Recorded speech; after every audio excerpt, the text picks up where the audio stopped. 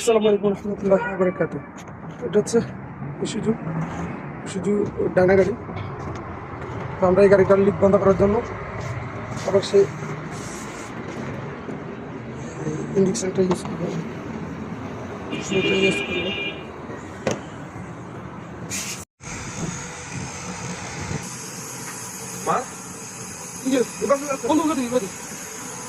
উড়িয়ে তো গেছে।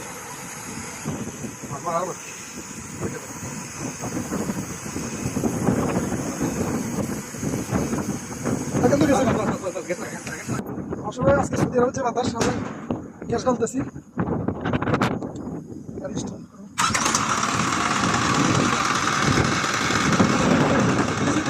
গ্যাস ঢাল।